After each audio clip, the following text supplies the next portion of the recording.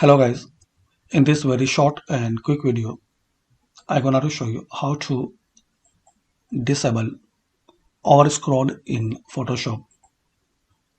So guys, if you need to disable and turn off overscroll in your Photoshop Studio, so click on this edit tab,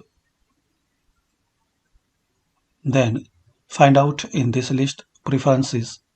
If you not see in this list, so click on this drop down, then hover cursor there, and here click on tools.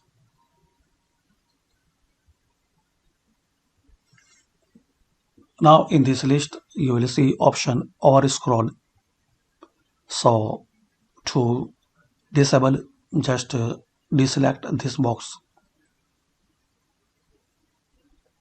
Just you need to deselect this box, then click on OK. That's it. So hopefully guys you like this video, and by these simple steps we can know how to disable overscroll in Photoshop. Thanks for watching this video.